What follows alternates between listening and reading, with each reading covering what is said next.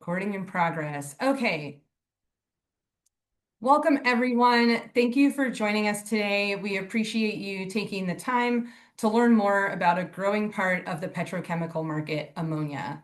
My name is Susan Torres. I am the Regional Communications Manager for North America at the Institute for Energy, Economics, and Financial Analysis, or IEEFA, as we call ourselves.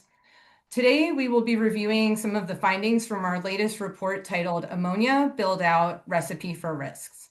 The report addresses why governments should reconsider granting public financial incentives to increase private sector ammonia production.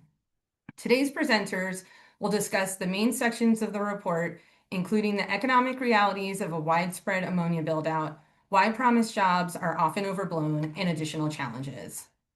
We will have about 30 to 35 minutes of presentation and then the rest of the hour for questions using the Q&A function. If we don't have time to get to all the questions or there's a question we need to look into more to answer, we're happy to follow up on offline. Now for today's presenters. First up, we will have Todd Leahy, the Regional Director for North America. Todd has worked in a variety of roles in the academic, nonprofit, and government sectors. Most recently, he was the Deputy Cabinet Secretary for the New Mexico Energy, Minerals, and Natural Resources Department. He has a JD from the University of Missouri, Kansas City, and a PhD in Native American history from Oklahoma State University. Following Todd will be Trey Cowan. Trey is an energy finance analyst focused on U.S. upstream and global energy markets with a keen interest in Texas activities. Trey's research and analysis assesses the energy industry's transition to cleaner, more affordable, and sustainable solutions. As a finance professional for over 20 years, he is skilled at presenting thought-provoking data in formats that are persuasive and easily graspable. Next will be Annika June. Annika is an energy data analyst whose areas of expertise include fossil-based hydrogen production technologies, life cycle emissions, accounting, carbon capture technologies, and issues related to long-term CO2 storage. And last but not least, we will hear from Christopher Dolman. Christopher is an LNG and gas specialist focusing on the economic, financial, and climate implications of developing the natural gas value chain throughout Asia. Christopher previously spent 5 years at the Asia Pacific Energy Research Center in Japan, identifying collaborative opportunities across Asia Pacific economic cooperative members to achieve common energy goals. As a former market analyst and energy modeler, he analyzed how developments in policy, energy markets, and technology shape energy systems and affect energy security. With that, I will share our slides and hand it over to Todd, our first presenter. Let me make sure that this is sharing. Okay, good? All right, take it away, Todd. All right. Thank you all for coming. As Susan said, my name is Todd Leahy, and I am the Regional Director for North America. And we'll talk about this report and take a look at this report on the ammonia build-out and all of the risks associated with the ammonia build-out and the market in the United States. So this report does examine a number of market and financial risks associated with this build out in the United States from the perspective of why public officials should think twice before spending taxpayer dollars on subsidies or tax breaks for these facilities. Next slide, please. The report is divided into 5 sections. And examines, again, the build out in the United States. And each of these sections looks at that build out from the perspective of job creation, construction and operating cost problems, domestic market issues, the speculative nature of the global market, and then the impact that these facilities could have on their local host communities. Next slide. Some of the key findings of the report, and we'll dig into each of these in more detail as we move through this presentation. But the key findings of the report are that the ammonia build-out will have a limited jobs impact, that it has construction and operating cost issues that present a growing financial risk, that it is not driven by domestic market needs, that it relies on a speculative global market, and faces community opposition as a result of local safety concerns, which can also become financial risk. Next slide, please. Overall, the report takes the position that public officials should consider these accumulated risks when deciding where to put public money in the form of subsidies, tax breaks, grants, etc. This report, as I mentioned, is broad in scope. Each one of these sections could really warrant a report of its own. But we decided not to write five reports and expect you to put them all together. So we did that work for you. We will take a more in-depth look here at each of those sections. And we will start off with ammonia facilities as engines of job creation, which I will now kick it to Trey to talk about more. And thank you all again for being here. Thanks, Todd. And again, thanks everyone for joining us today. Go ahead and go on to the next slide, please. So, from a jobs perspective, what we were talking about in the investment thesis is industrial policy, and that's where the government is giving out subsidies in effect to business to try and induce or spur economic development.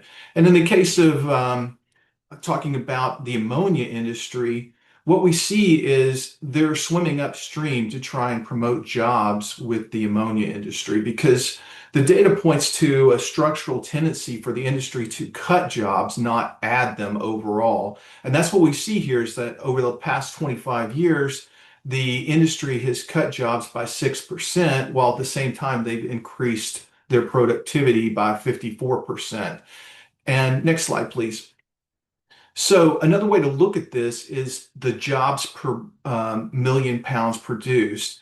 And so, as I said, the industry has been growing its production over time. And as we can see here, they've gone from 1,037 jobs for 1 million tons of production down to 634 jobs for 1 million pounds of production per year.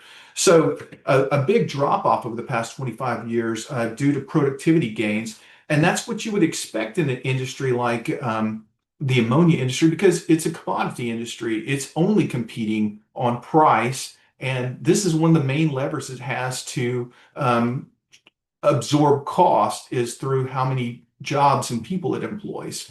Next slide, please. And when we talk about the risk of these projects being actually developed, what we see is that globally it's about 25% of the projects get developed, and in the U.S. it's an even worse percentage. So most of the jobs that are proposed don't make it to the finish line. In the U.S. it's only 10% of the jobs. And this slide I want to point out was created by OCI, who actually develops ammonia projects globally and has a few ammonia plants operating in the U.S. As I'm speaking. So they inherently know the business, and what they were trying to get across in this investor presentation was that they did a better job than these stats, but as a whole, the industry does a pretty poor job as far as actually bringing its proposals to completion. And so with that, we can go to the next slide. And so besides the risk of the jobs not actually being there because the projects don't get completed, I mentioned that it's a commodity business. Now, ammonia is created using natural gas. So natural gas is the feedstock. And what we see is that with the rise in exports here domestically of natural gas through LNG, as that is ramped up to make America like the largest exporter of LNG now, we have imported volatility, meaning our natural gas market was more of a regional market, and now that we're exporting so much, we're linking to the global issues. And with that, you can see that the coefficient of variation, which is the volatility of the prices, has gone up. It's nearly doubled in the last 5 years. And that means that there is less predictability in what the prices are going to be for natural gas. There's more variability around the mean. So it's like while the mean hasn't gone up considerably, although it is up, It's more a function of the ammonia industry itself has a hard time projecting its costs in the future, and so there they have to hold on to more cash in the reserves to as a buffer for whenever the downtimes. And in fact, if prices get too high, the industry is prone to just shut down plants, and we've seen that quite a bit.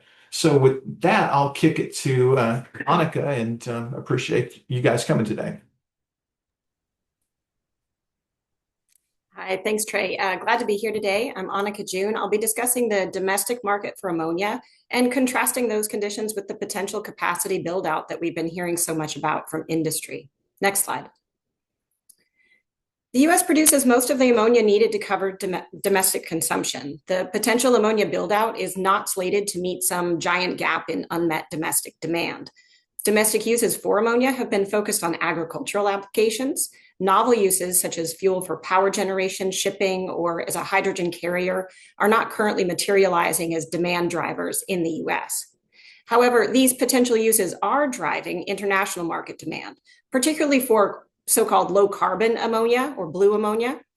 But it's an open question as to whether the ammonia produced from fossil fuels using carbon capture can even be considered to be low carbon.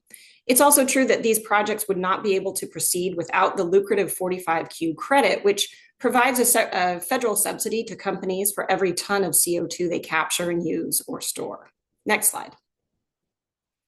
Domestic demand is largely met by domestic supply. In 2024, about 17 million metric tons of ammonia were produced in the US, covering most of domestic consumption.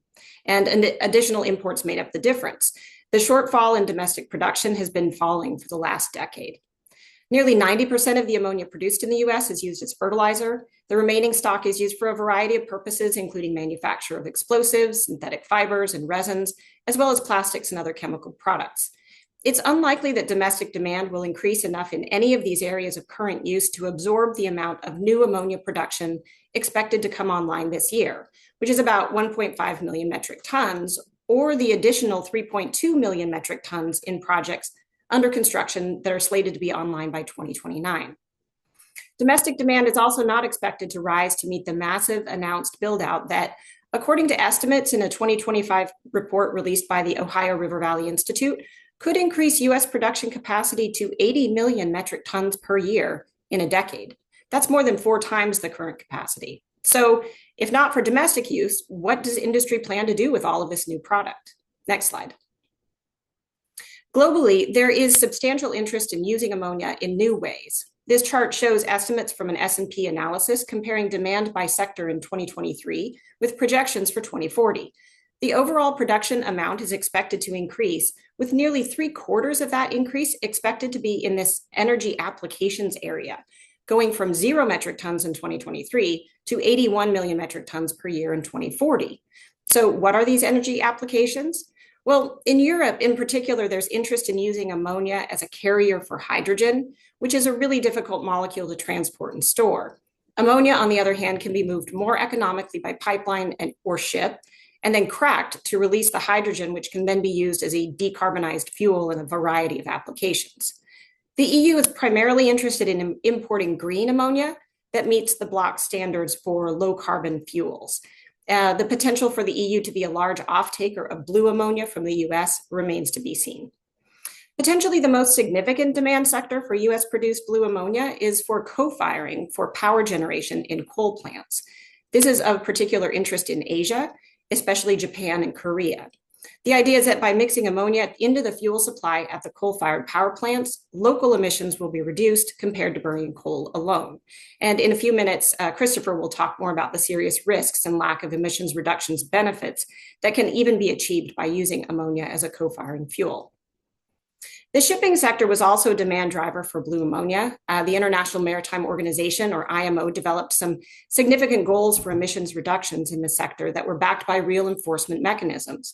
Blue ammonia was highlighted as a potential low-carbon fuel for ships that could serve as a bridge fuel to greener fuels that are expected to be available in large volumes in the future. However, late last year, the measures were not approved, leaving little incentive for shipping companies to pay a premium for blue ammonia. And to be clear, there's no real market for these energy application uses for ammonia right now. Both the supply and the demand picture are still very much in flux, and it's difficult for projects to get those firm, long-term offtake contracts that they need in order to move ahead. Next slide, please. This map puts the potential US build-out of fossil-based CCS-dependent projects in a global context. The projects in shades of blue are those that are in some stage of development beyond announcement, and orange circles indicate canceled projects. As you can see, North American projects dominate these global estimates, with more than 15 million metric tons of hydrogen production planned. Much of this hydrogen supply could be further processed into ammonia. If all 15 million metric tons of hydrogen projected for production in North America were actually converted to ammonia, it would yield more than 80 million metric tons of ammonia. So why is the US a key player in the blue hydrogen / ammonia sector? Well, there are two key drivers involved: historically cheap natural gas and a large federal tax credit for carbon capture and storage or use. As Trey discussed, despite historically low prices, natural gas price volatility introduces tremendous risk into these projects by adding uncertainty about the cost of both fuel and feedstock for the production of hydrogen or ammonia. The second key driver is the 45Q tax credit for carbon capture and storage or use. This is an extremely generous federal tax credit that allows companies that capture CO2 to claim a credit for every ton they capture and sell or store. Without this credit, including CCS in ammonia production facilities would not be economic, even if producers could charge a premium for a low carbon product that is in demand in international markets. Companies are well aware that reliance on a federal subsidy is risky, but they are still proceeding with plans. Next slide. It's worth noting that the US is not the only player in the ammonia production game. Other countries, especially China, are planning to ramp up ammonia production sufficient to lead to greater volumes available for export between now and 2030. The orange bars in this chart show the potential ammonia supply for export for countries excluding the US. And this ammonia is all types: gray, meaning conventionally produced; blue, produced from fossil fuels with carbon capture; and green, which is electrolytically produced using renewable energy. The takeaway is that in the next 5 years, there could be about 70 million metric tons of ammonia ready for export markets, and US production would need to compete with that supply, both in terms of cost as well as carbon intensity. Next slide. As I mentioned earlier, the federal 45Q tax credit for carbon capture and storage or use is very generous to industry and effectively props up CCS-dependent projects that would not be profitable otherwise. To illustrate how much money is at stake, a single proposed hydrogen / ammonia project in Louisiana could access $6.3 billion in credits over 12 years. That's nearly as much as the $8 billion price tag to construct the entire facility. But even if the capture rate of the CO2 is just 60%, which is well below the 95% promised, and far below a threshold of net greenhouse gas emissions reductions, the company would still qualify for $4 billion over 12 years. And this is just one project out of hundreds that have been announced or are in the development pipeline that could qualify for 45Q. Some key features of 45Q to keep in mind: it's not an environmental regulation, it's a tax credit.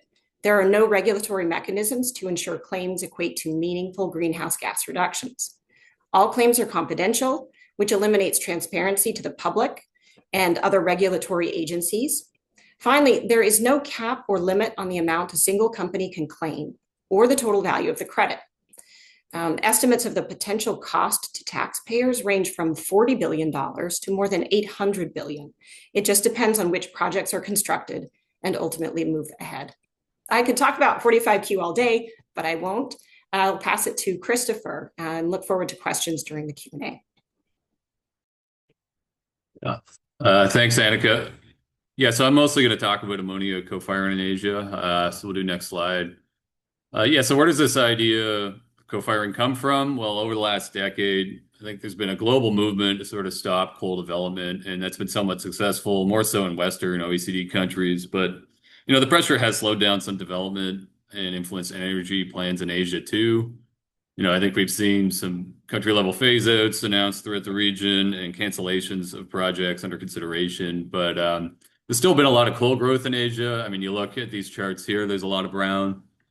And yeah, so I think many announcements were not really applied to projects that were in the development pipeline as well. So yeah, I should say that Asia hears the call to reduce power sector emissions and coal. It's pretty resonant if, for example, you fear that an export-oriented manufacturer may potentially relocate from your own shores to a region with lower emitting electricity.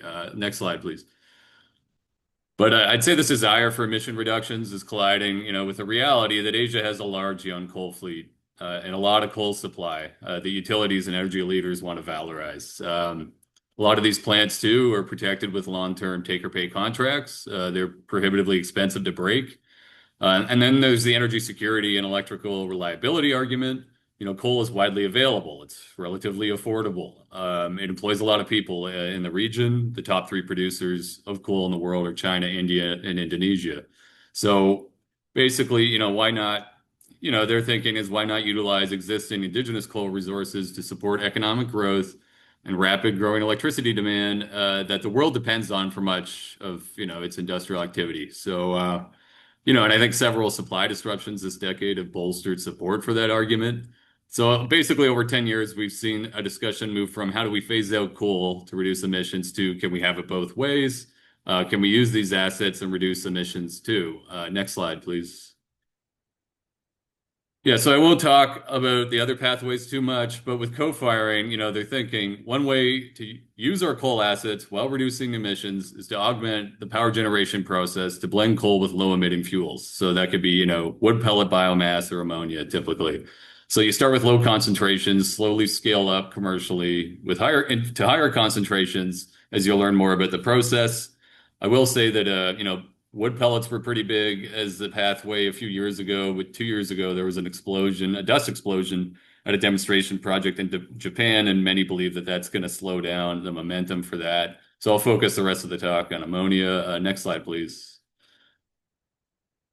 Yeah, so I think we understand now why utilities want this to work. On the supply side, I think the aspiring ammonia producer exporters are just looking at the coal fleet in Asia and thinking, wow, well, fuel switching is a big growth opportunity for us.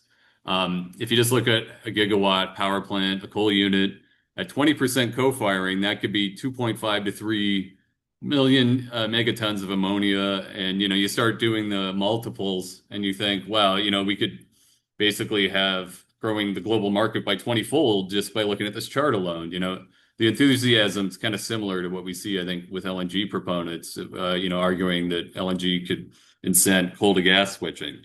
Next slide. But, the enthusiasm doesn't end there. I think it also goes, if you look at the basic process modification diagrams for implementing ammonia co-firing, this is from JERA.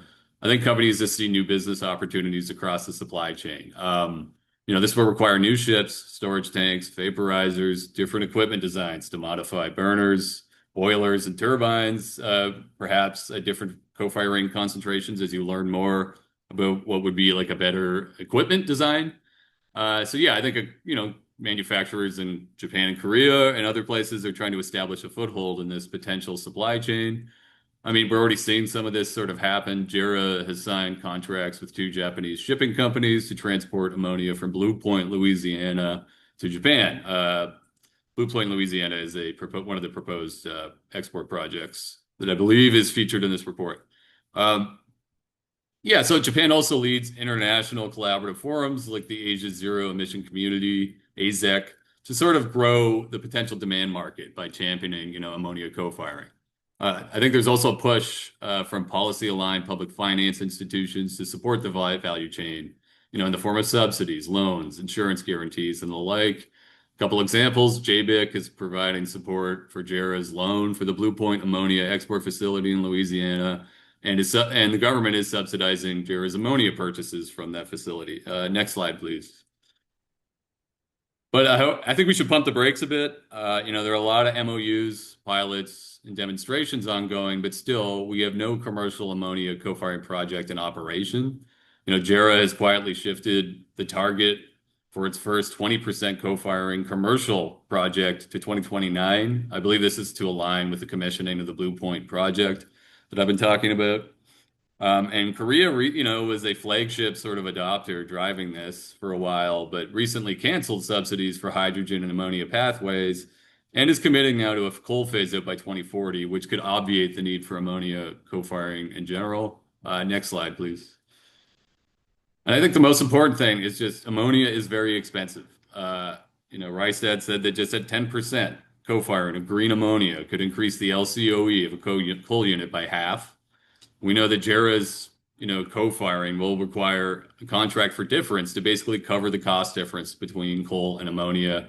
At 20%, maybe the government can handle that. As you start to scale that up to 100% and across the whole fleet, can you afford that? Can less wealthy countries? Uh, Another thing is Asian ammonia adopters could face energy security challenges that mirror what we're seeing with LNG right now. So in Southeast Asia, countries like the Philippines, shown here, are struggling to integrate LNG into their energy mix because of cost.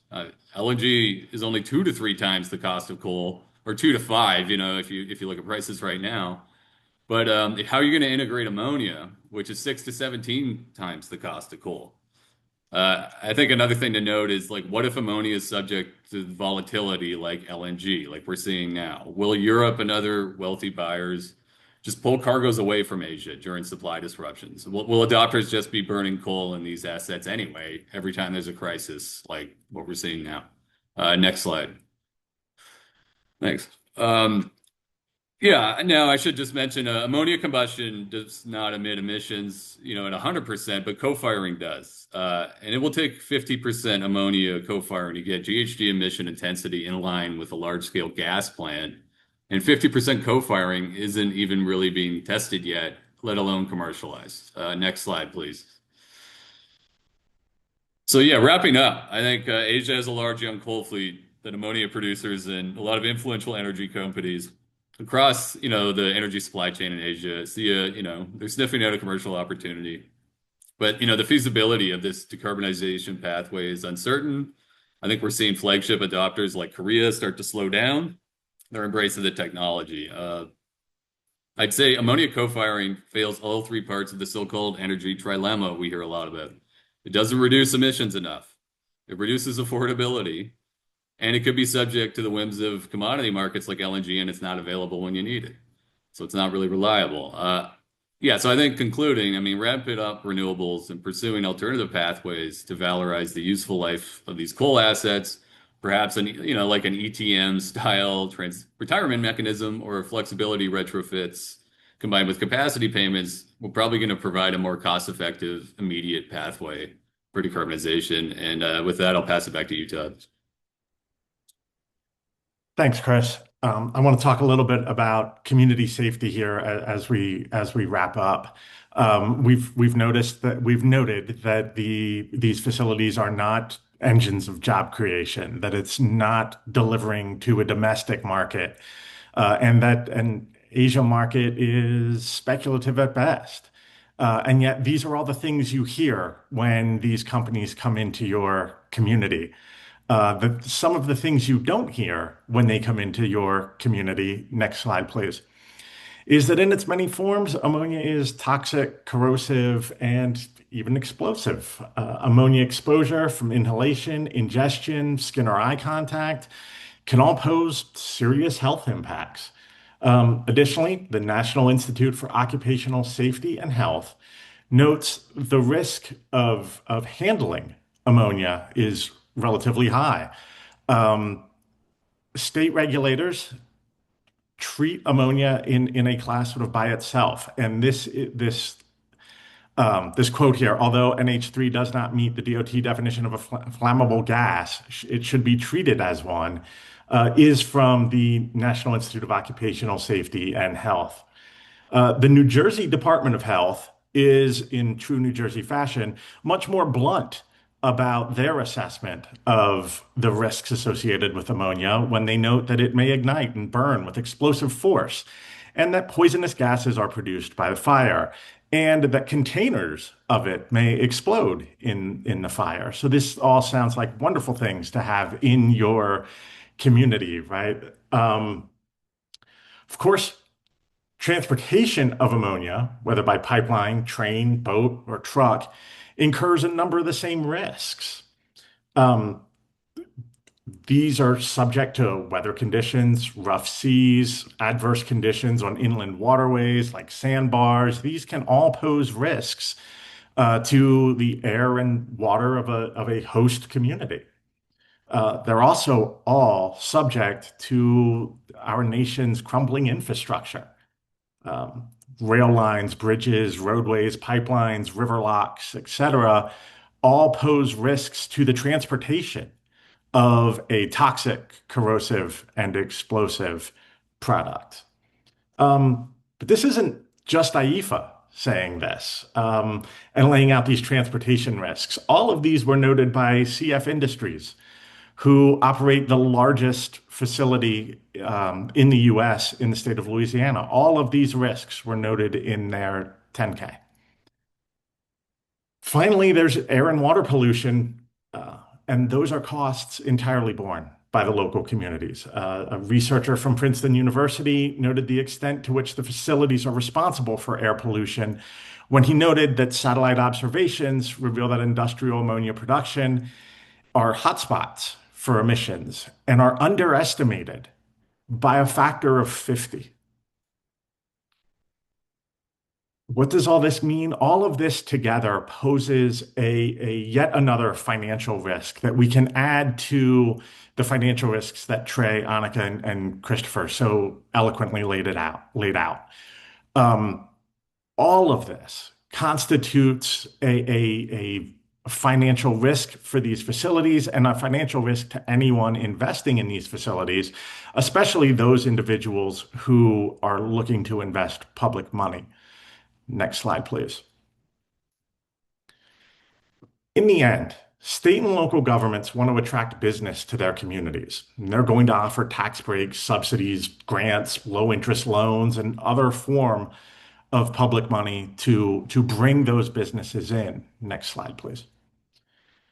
Rather than risking that money on shaky investments in ammonia, we encourage public officials to look more closely at what their communities want and need.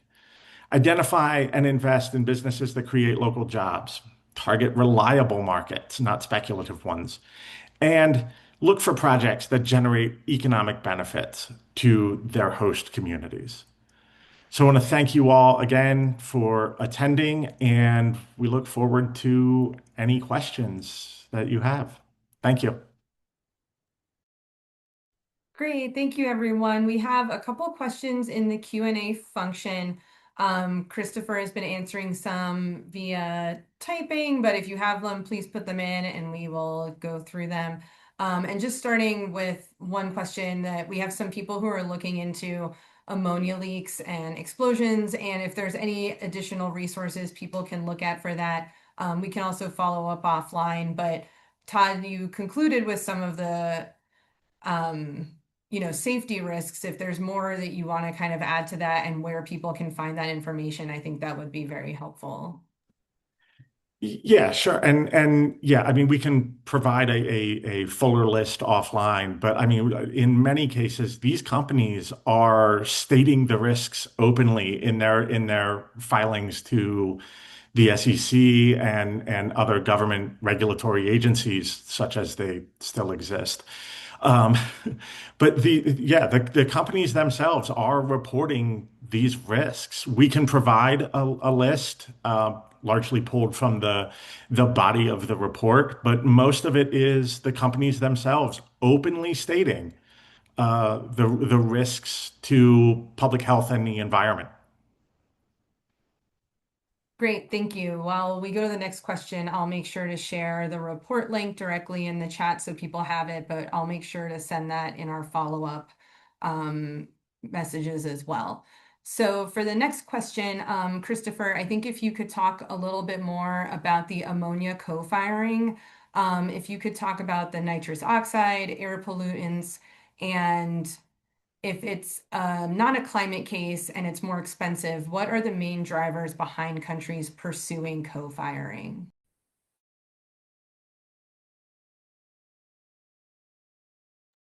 So yeah, thanks for the question. Yeah, I think yeah, there are concerns with nitrous oxide perhaps being like higher with this technology than coal. I think it has something to do with the speed at which, the nozzle is like putting the ammonia. It's something technical I don't really understand. But basically, JERA in their recent, demonstration, argues that they were able to successfully control this so that, NOx were sort of similar to coal, similar or less. And I believe other pollutants as well. I mean, I'll send you maybe a link to that, those sort of findings. But having said that, I mean, yeah, it is costly. There's not really a climate case. You're right.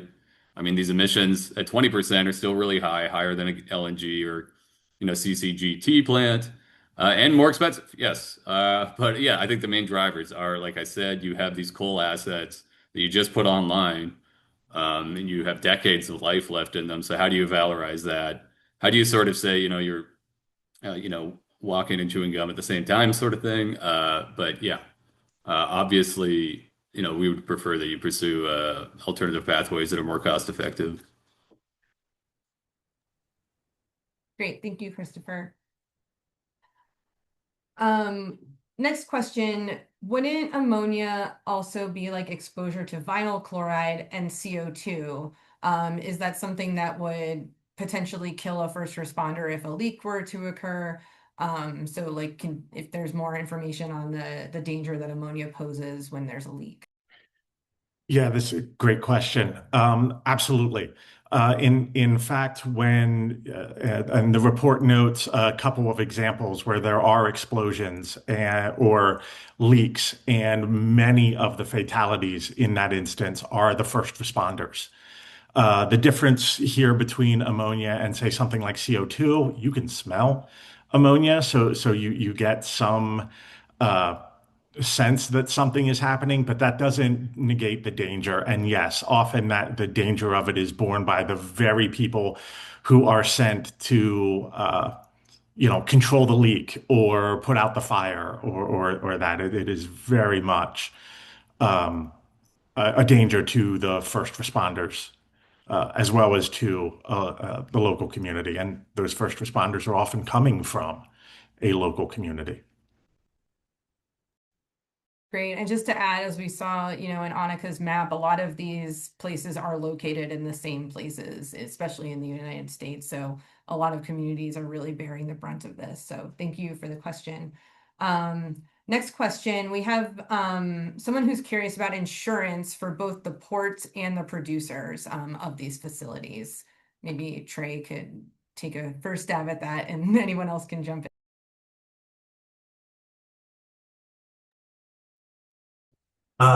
Probably the pause was there because I know nothing about insurance. Sorry to put you on the spot. That's all right. Yeah, I mean, it's something we could look into, but I don't have a response right off the top of my head.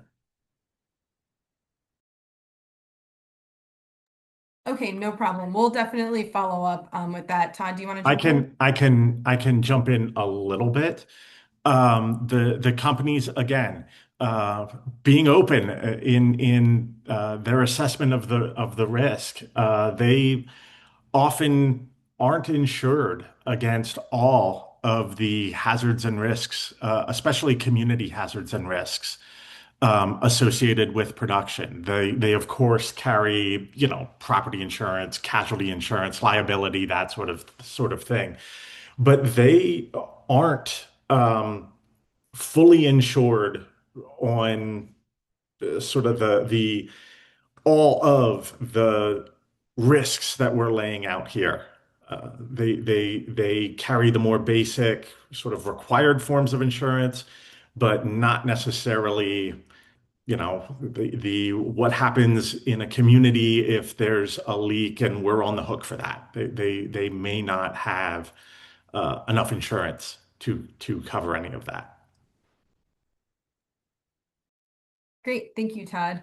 Annika, I'll send you a question. Somebody wanted you to talk about 45Q more. So at this point, is ammonia and hydrogen getting any other federal subsidies other than 45Q? Yeah, that's a really good question. Oh, I'm Okay, there I am. That's a great question. So right now, there's one other credit, the 45V credit, which is for hydrogen, clean hydrogen production. And that credit still technically exists, though projects need to have a start of construction before the end of next year. So it has a very compressed timeline. So it's not very likely that a lot of projects are far enough in their development process to be able to do anything around actually starting construction. The 45V credit is more difficult for blue projects, fossil-based projects to access because it is very difficult for them to meet. There is actually a carbon intensity required for the hydrogen that's produced to qualify for that credit. And it's very difficult for blue projects to qualify, though some of them can. So there may be some projects that are far enough in the development cycle that could also qualify for 45V, but the window for qualifying for that credit is closing rapidly. Great, thank you, Annika. Okay, next question. How can local decision makers best understand the jobs claims versus the jobs created numbers for these projects? And do we know why the jobs aren't materializing as claimed?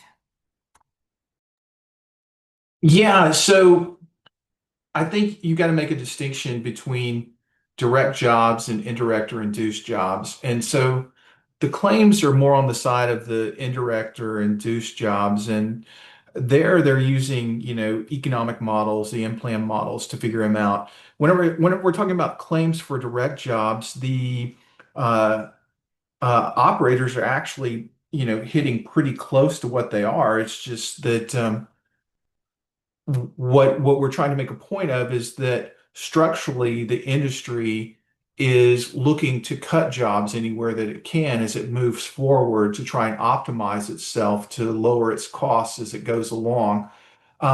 They were actually very close as far as what they put in their permitting and their tax abatement applications, things like that, of how many jobs that they will produce. They're generally hitting it, but it's always a low bar. Like it may be, oh, I'm only going to produce 90 jobs that I'm going to guarantee, even though the plant will actually run it more than that, maybe 150 to 300, something like that. So yeah, I mean, but whenever you talk about the indirect and induced, it's just one lie versus another. I mean, nobody knows, but they're using these economic models as justification, which really, as more and more research comes out, it's proven that the job multipliers are much smaller than what these economic models have claimed in the past.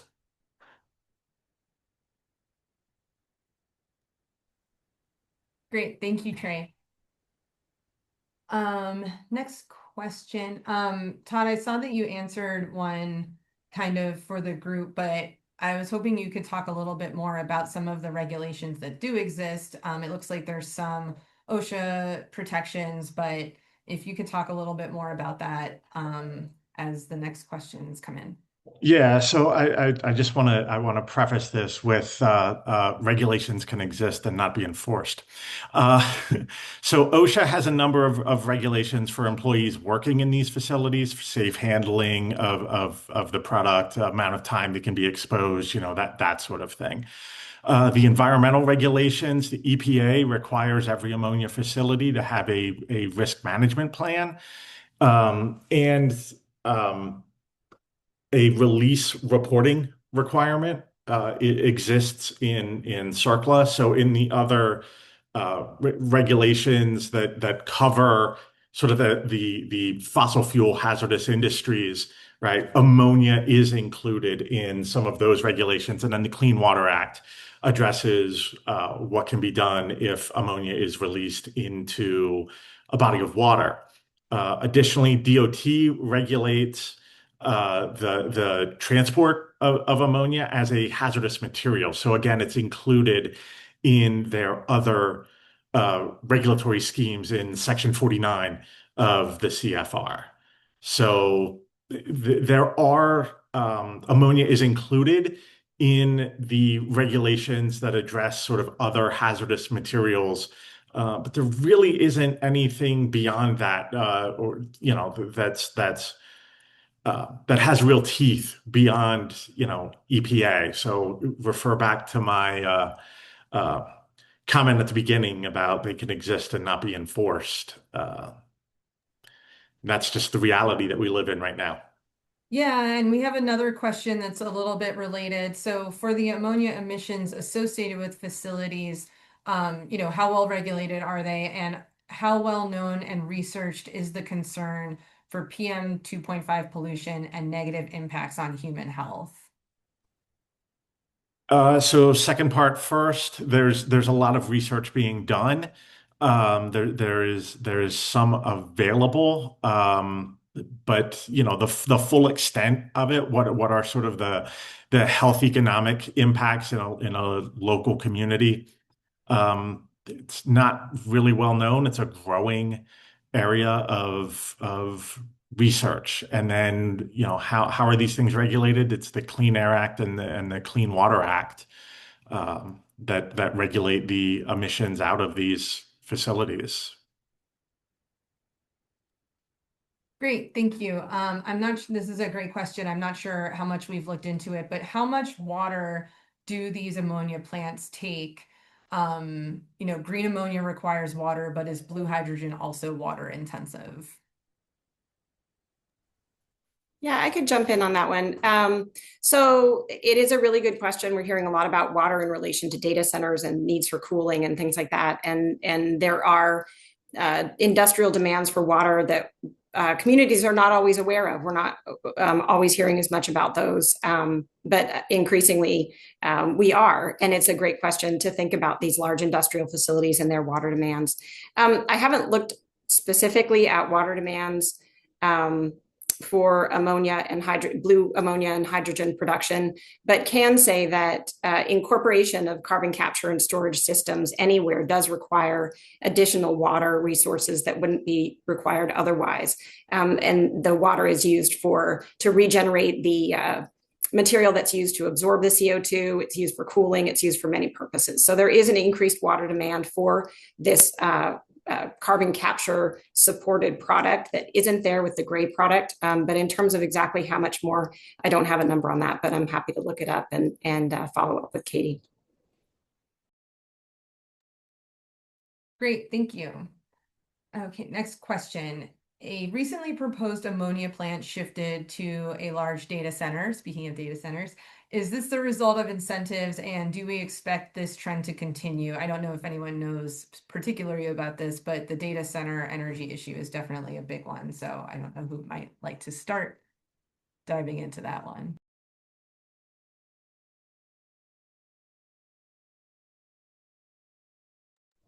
I can jump in a little bit and just say that was kind of an interesting project. And I think it had something to do with permitting and how far along the project was, the ammonia project. I don't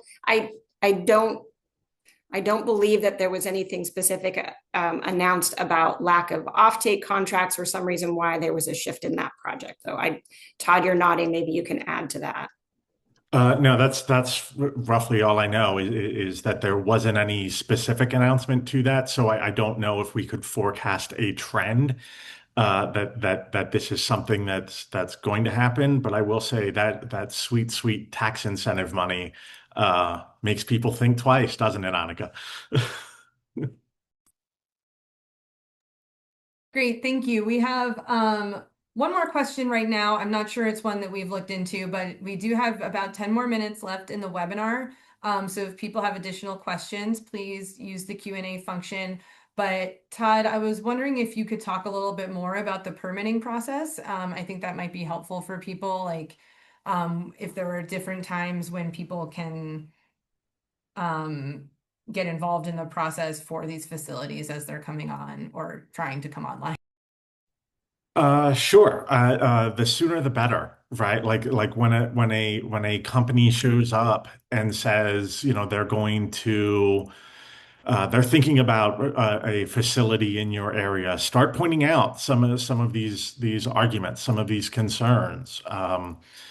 you know, you're going to have, you as the advocate are going to have more sway with your local official and more access to your local official um, than you are sort of the governor of a state, you know, where one of these things is being proposed. So the sooner you can get involved in the process, the better. Let's also not forget that that includes sort of your local economic development folks and the folks working at the state agencies that actually handle the permit. These are places where you can have an impact and influence the permitting, influence decisions before we even get to permitting. If you know what the local economic development board is talking about and you know what your state economic development office is talking about and looking at, right? So if you can get involved in that part of the process, you can influence the decisions before a permit is even considered or applied for, and make it known that your community wants something else.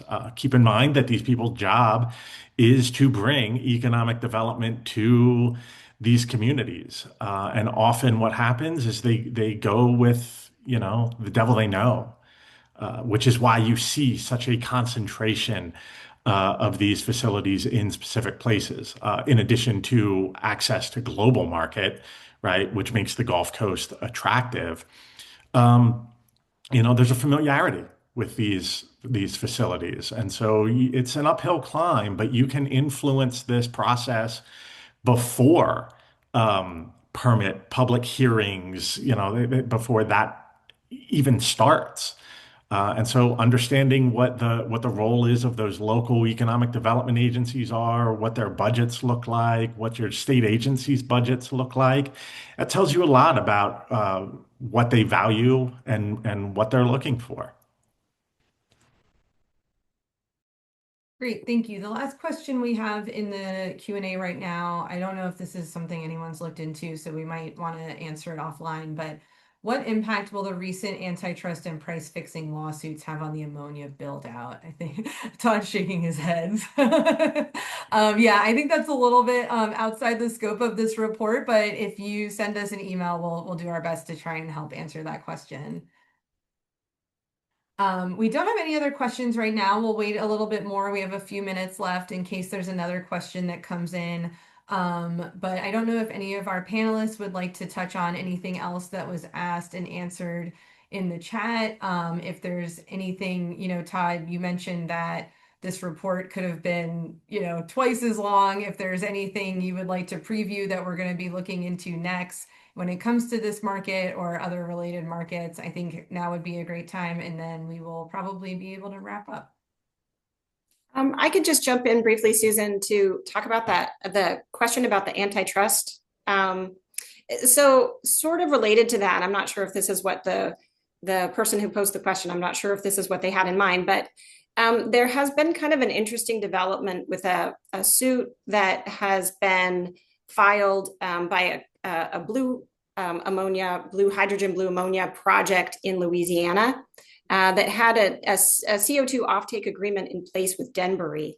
And then at some point, there was some kind of problem there. And then Denbury said that they were not going to do the CO2 offtake. And then Exxon acquired Denbury a few years later, and then Exxon is declining to provide offtake services for the CO2. So the basis for the suit is that ExxonMobil, as owner of this CO2 pipeline, is now going to make it difficult for other producers to participate, as you know, in this sort of blue carbon reduced economy, because they won't be able to access this pipeline. So that's kind of an interesting development that relates to sort of antitrust or monopoly issues that the industry is still trying to work out. And this is particularly important in the Gulf Coast, where there's one large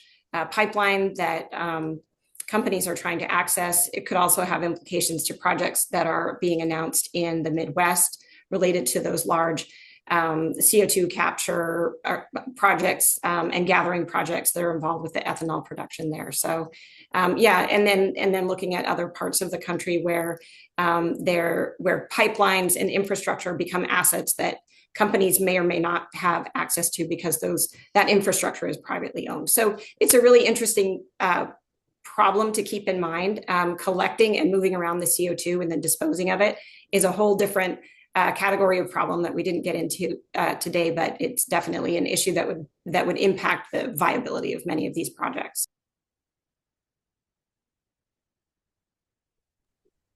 And as you're talking about projects, I'd just like to reiterate this.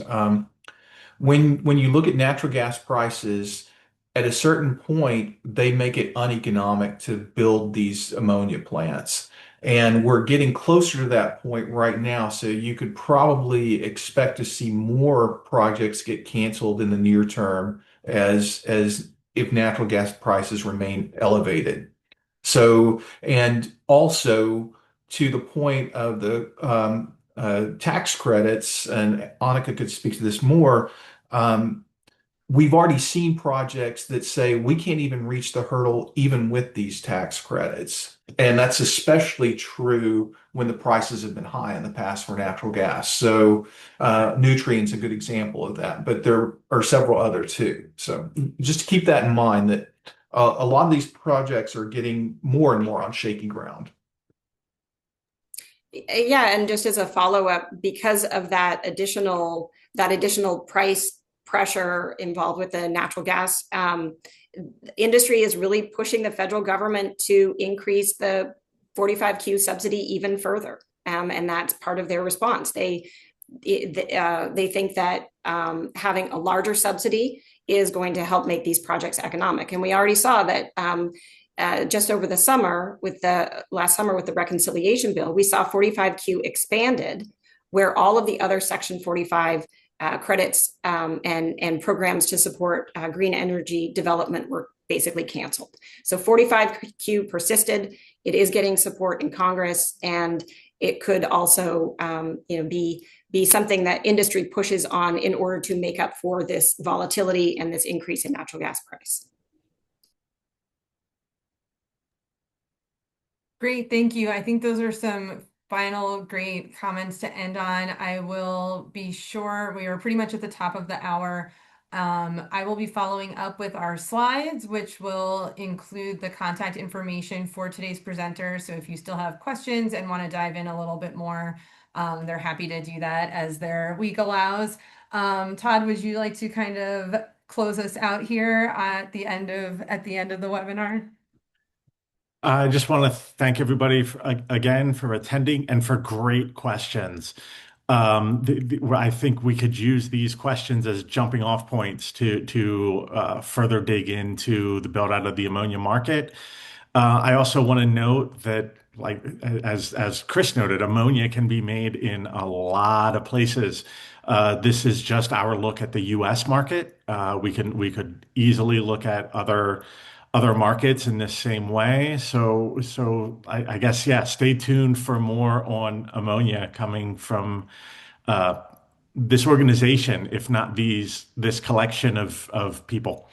But again, thank you all for coming and very much appreciate your attendance, and your questions. Great. Thank you so much, everyone. Have a great rest of your day.